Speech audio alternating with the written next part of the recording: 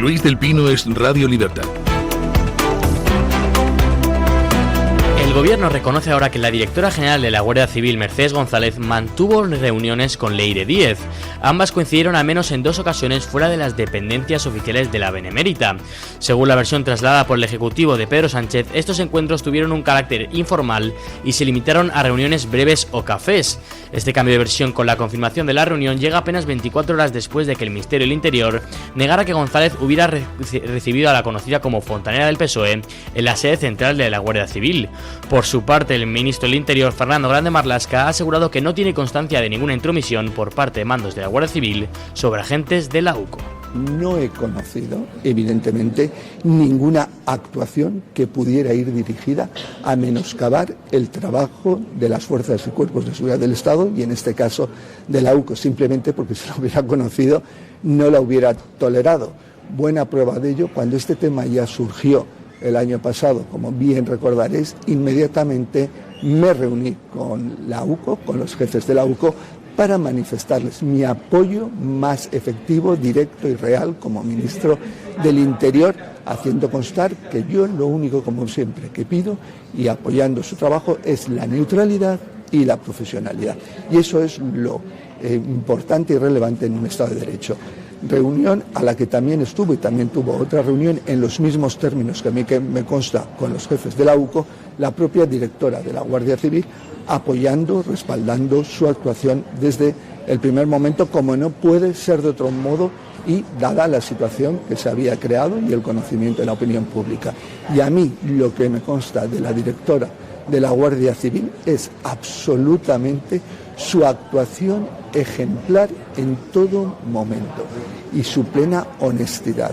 Esas son, si se me dice, ejemplaridad y honestidad en el desarrollo de su trabajo como directora de la Guardia Civil. ¿Se han fijado en las palabras de Marlaska? Yo no conocí ninguna actuación para tratar de limitar las acciones de la UCO. Yo no conocí. No niega que existieran. Dice que él no lo conoció. Pues, hombre, gracias por la confirmación indirecta de que efectivamente existieron esos movimientos para tratar de neutralizar a la UCO. Por otra parte, es que tampoco lo podría negar Marlaska, porque están recogidos en la documentación de la operación que se inició con el registro de la sede del PSOE por orden del juez Pedraz. En el informe de la UCO consta cómo hubo por parte del director adjunto operativo de la Guardia Civil orden de ponerse de perfil en las causas políticas, o sea, en las causas que afectaran al Partido Socialista. Ahora, Marlaska, que hasta ayer negaba que la directora general de la Guardia Civil se hubiera reunido con Leire Díez, la de la cloaca del Partido Socialista, dice que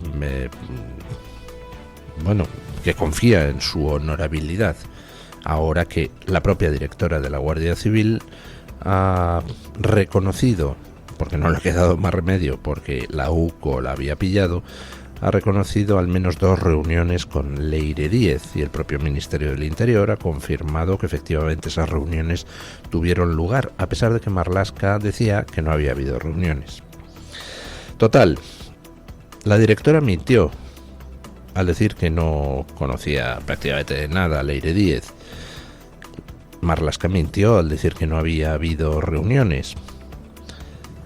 La directora general de la Guardia Civil se reunió con Leire Díez en al menos 2 ocasiones, posiblemente otra más, y Marlaska pues ha tenido que tragarse sus palabras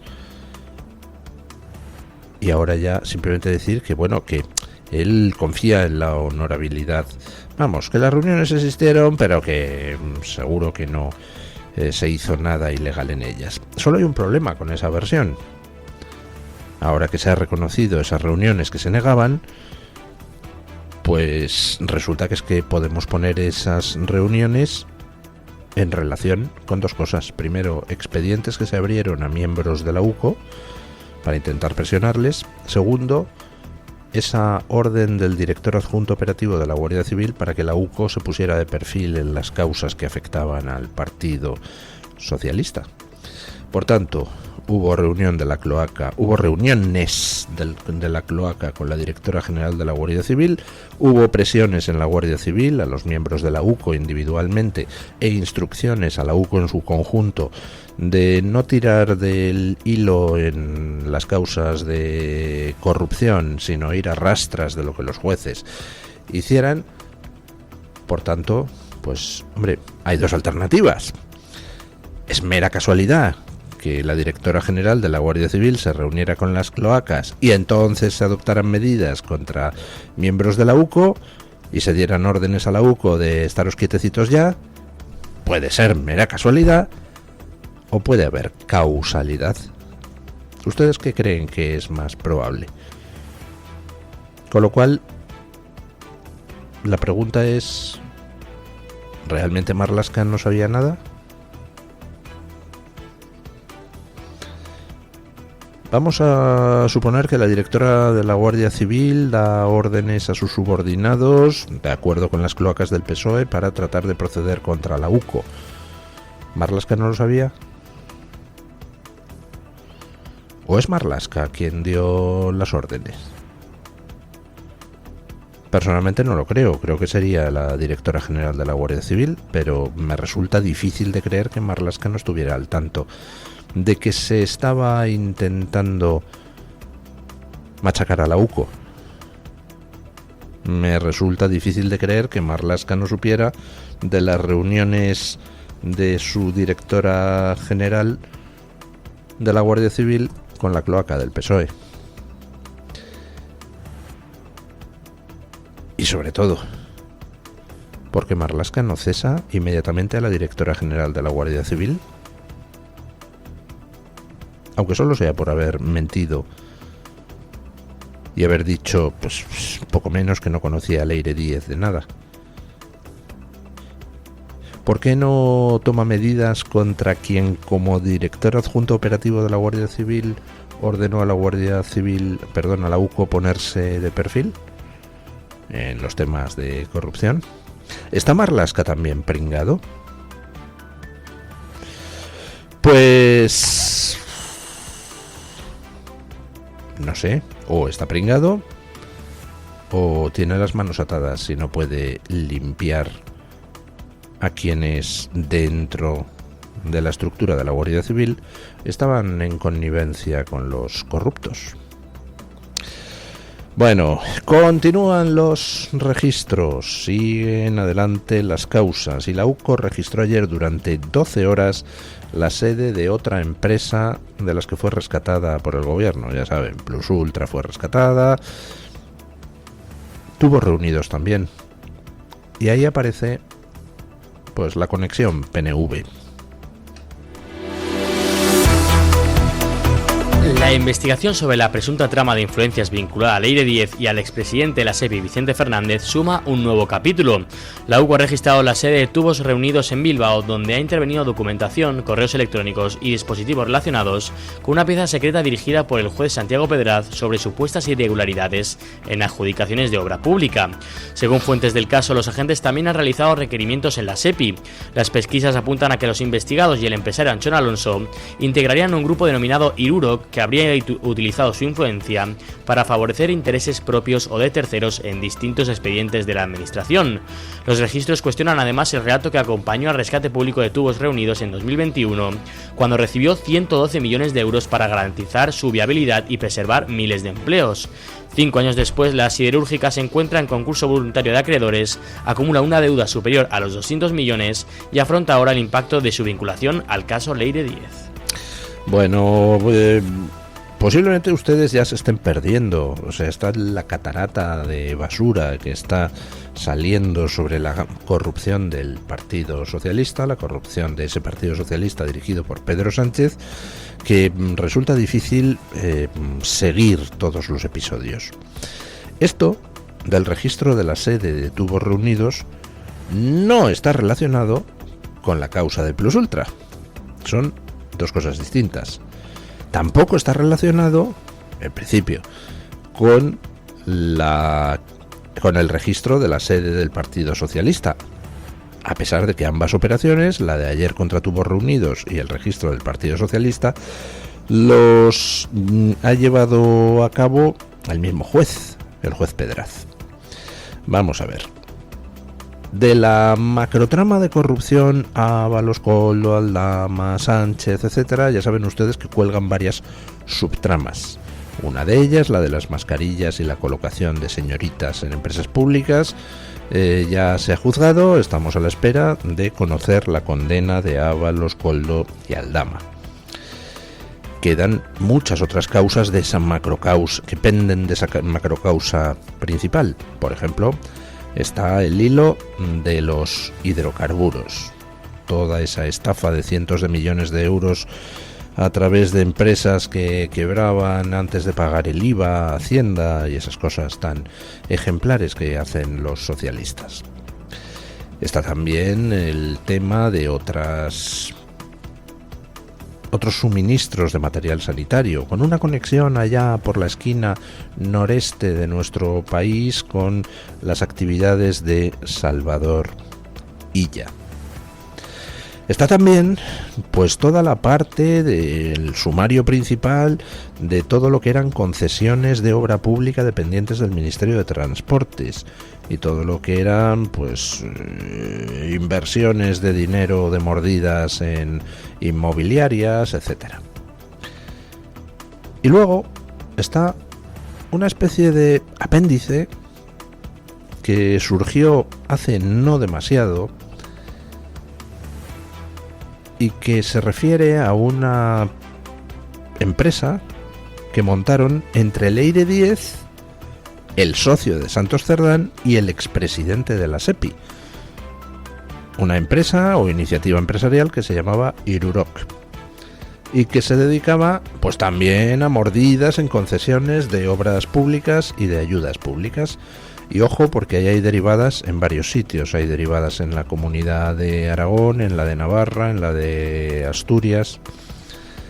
Y una de las derivadas, y aquí es donde se enmarca esta operación de ayer de registro de la sede de Tubos Reunidos, es pues que se hizo lo posible para que Tubos Reunidos, a solicitud del PNV, recibiera 115 millones de euros en forma de rescate, porque había que garantizar la viabilidad de la empresa, etcétera, etcétera. Ahora la empresa pues está en concurso de acreedores después de haber recibido los 115 millones, después de tener pérdidas de 200 y nada, pues esos 115 millones pues en realidad se han enterrado o se han arrojado a la basura, porque desde luego para garantizar la viabilidad de la empresa no han servido.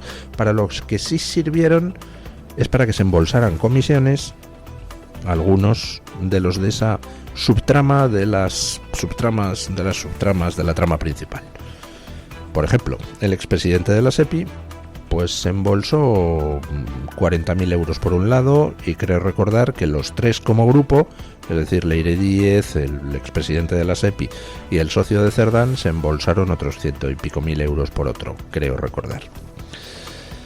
Total, que la UCO ha entrado en Tubos Reunidos para reunir la documentación relativa a la concesión de ese rescate.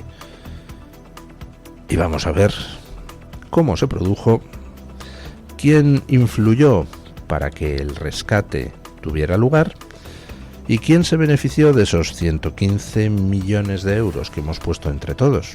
Y vamos a ver qué es lo que sale de conexiones, de nuevo, del propio Partido Socialista o del Partido Nacionalista Vasco. Bueno, lo de la catarata de casos de corrupción es de tal calibre que ayer el periódico The Economist pues publicó un artículo con una pregunta muy directa. ¿Cuánto puede durar Pedro Sánchez? Escuchen. La crisis política que rodea al gobierno de Pedro Sánchez sigue traspasando fronteras y ocupando espacio en la prensa internacional. El último medio en hacerse eco de la situación ha sido la revista británica The Economist, que ha publicado un artículo bajo el título ¿Cuánto tiempo podrá durar Pedro Sánchez? La publicación recuerda que esta semana se cumplen 8 años desde que Sánchez llegó a la Moncloa, tras prosperar la moción de censura contra Mariano Rajoy, impulsada después de las condenas por corrupción que afectaban a antiguos cargos del Partido Popular. Según el semanario, el presidente español, que llegó al poder prometiendo una etapa de regeneración democrática, afronta ahora un creciente desgaste político por los escándalos que salpican a personas de su entorno y a destacados miembros del Partido Socialista. El artículo repasa además las principales investigaciones y controversias que cercan al Ejecutivo y plantea que una convocatoria anticipada de elecciones podría convertirse en la salida más razonable para desbloquear la situación política. Si Sánchez está donde está, es porque a Sánchez se le ha sostenido desde donde se le ha sostenido, que básicamente son dos lugares. Uno, el establishment de Bruselas, el establishment de la Comisión de la Unión Europea. Sánchez es un alumno aventajado de todas las políticas progres que la Unión Europea impulsa. Sánchez es el mandado de Ursula von der Leyen y de quienes quiera manden a Ursula von der Leyen, y por tanto a Sánchez se le ha consentido todo, incluyendo de no presentar a cuentas a Bruselas, incluyendo que hiciera con el dinero de Bruselas lo que le diera la gana, incluso dedicarlo, el dinero de los fondos de reconstrucción COVID, a mero gasto corriente, algo expresamente prohibido por las normas. Bueno, pues le han consentido absolutamente todo. El otro puntal de apoyo de Pedro Sánchez es pues todo ese mundillo progre controlado por ciertas figuras un poco siniestras como la familia Soros, y que tienen todo un entramado mediático a su servicio, pues donde están, yo que sé, The Guardian, The Economist, Politico.eu, todos estos medios de comunicación progres que, por supuesto, a lo largo de los años han ocultado cuidadosamente la corrupción de Sánchez. Los escándalos de corrupción de Sánchez han sido brutales desde el principio. Sin embargo, pues Sánchez tenía bula. Su corrupción no salía más que en casos muy concretitos y de forma un poco así superficial en ninguno de los medios progres de izquierda y derecha de Occidente. Sin embargo, pues ahora resulta que empieza a salir la corrupción de Sánchez día sí y día también. Sí, porque está habiendo operaciones contra la corrupción de Sánchez día sí y día también, pero antes las ocultaban y ahora no las ocultan. Y sobre todo, antes pues no planteaban dudas sobre la continuidad de Sánchez. Ahora pues pregunta The Economist ¿cuánto puede durar Sánchez? Y dicen en la información que lo más razonable sería una convocatoria de elecciones anticipadas. Vamos, que le están pidiendo desde ese mundillo a Sánchez que a ver si se pira ya de una vez. Tío, lárgate. Posiblemente se lo hayan dicho, en fin, en conversaciones privadas hace ya tiempo, pero parece que Sánchez sigue insistiendo en quedarse, con lo cual ya se lo están diciendo públicamente. Sería conveniente que convocaras elecciones anticipadas. Para entender por qué, para entender a qué se debe esa especie de cambio en la línea editorial, ese ahora hacerse eco de las corrupciones de Sánchez y ese ya pedirle directamente que se vaya, pues hay que entender una cosa, y es que Sánchez ha sido un buen mayordomo durante mucho tiempo y por eso se le ha tolerado todo. Pero ahora el mayordomo resulta que se ha pasado en robar lo que no está en los escritos, se ha vuelto todo muy obsceno y la situación política en toda Europa se está complicando con el ascenso de partidos soberanistas que en estos momentos pues encabezan las encuestas en Francia y en Alemania y en Italia y en el Reino Unido. Y se están empezando a poner nerviosos los patrocinadores de Sánchez. Se están empezando a poner nerviosos porque cuanto más dure Sánchez, evidentemente más va a subir aquí el soberanismo en España, el soberanismo representado por Vox. Y está todo tan cogido con alfileres en la política europea que ya lo que les faltaba es que otro país más, y esta vez país importante, pues caiga del lado del soberanismo. Así que los cálculos que se están haciendo pues son muy simples. Si este sujeto continúa otro año más, vamos, el PSOE se va a quedar al borde de la extraparlamentarización y Vox se nos pone en el 35%. Y a ver cómo demonios impedimos al PP que pacte con Vox el gobierno. Esas son las cuentas que se hacen por esos mundos de Dios. Y para reflejar la magnitud de la desazón que embarga a quienes han estado hasta ahora apoyando fielmente a Sánchez, pues vamos a fijarnos en algo que ha pasado ayer. Otro desastre electoral para el laborismo en el Reino Unido. Escuchen. Golpe histórico para el laborismo en uno de sus feudos tradicionales. Bradford, gobernada por los laboristas desde 1980 y considerada durante décadas un símbolo de la izquierda obrera británica, ha dejado de ser territorio seguro para el partido. Reform UK, la formación soberanista liderada por Nigel Farage, se ha convertido en la fuerza con mayor representación en el consistorio al lograr 29 concejales frente a los 17 obtenidos por los laboristas. El partido de Keir Starmer sufrió un desplome electoral sin precedentes en la ciudad, perdiendo más de una treintena de representantes respecto a la anterior composición municipal y cediendo el control político de un bastión que durante más de 4 décadas consideró propio. En Bradford, los laboristas tenían 47 de los escaños. Gobernaban Bradford desde 1980. Bueno, pues han pasado de 47 a 17. ¿Y quién se ha llevado eso? Pues el Partido Soberanista, Reform UK, se ha llevado 29 de los 30 escaños municipales que pierde el laborismo.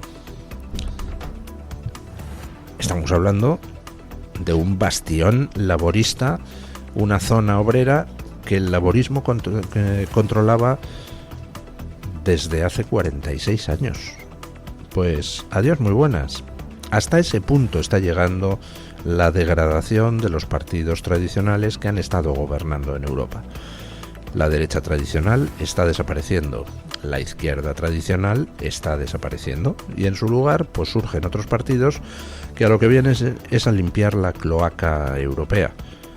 Porque Europa, la Unión Europea, es en estos momentos una cloaca, lo cual resulta muy triste porque uno vuelve la vista atrás y dice, pero por el amor de Dios, si el proyecto europeo era un proyecto ilusionante de futuro para hacernos más libres y más prósperos, y ahora se ha convertido en una basura que lo que intenta por todos los medios es hacernos más pobres y menos libres. Bueno, pues la gente afortunadamente se está rebelando contra eso. Y además se está rebelando con una evolución exponencial.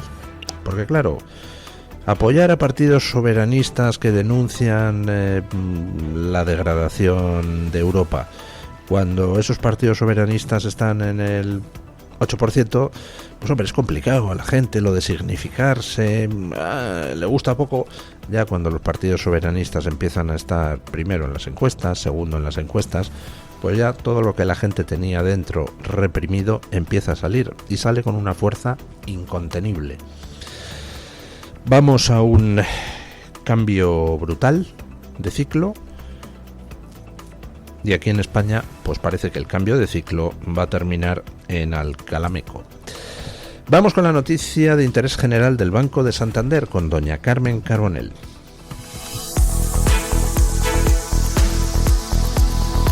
Banco Santander ofrece este espacio.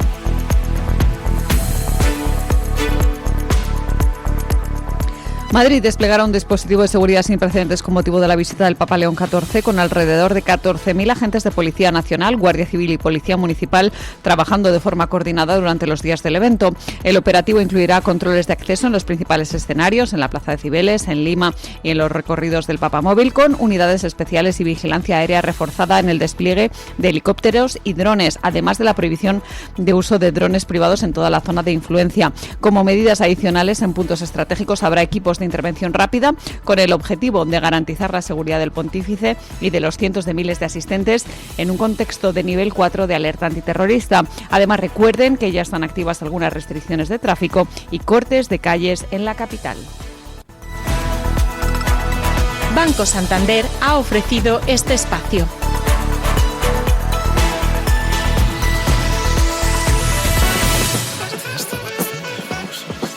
Oye, ¿eso de que el Santander me da hasta 400 pavos solo por mi nómina y 2 recibos, es de verdad? Tal cual, 400 euros si traes tu nómina y 2 recibos al Santander. Me renta. ¿Y aún hay tiempo? ¿Dónde veo las condiciones? Hasta el 10 de junio de 2026. El importe está sujeto a retención según la normativa fiscal vigente y tienes todo en bancosantander.es. Vale, pues hoy me nomino. Es el momento. Santander.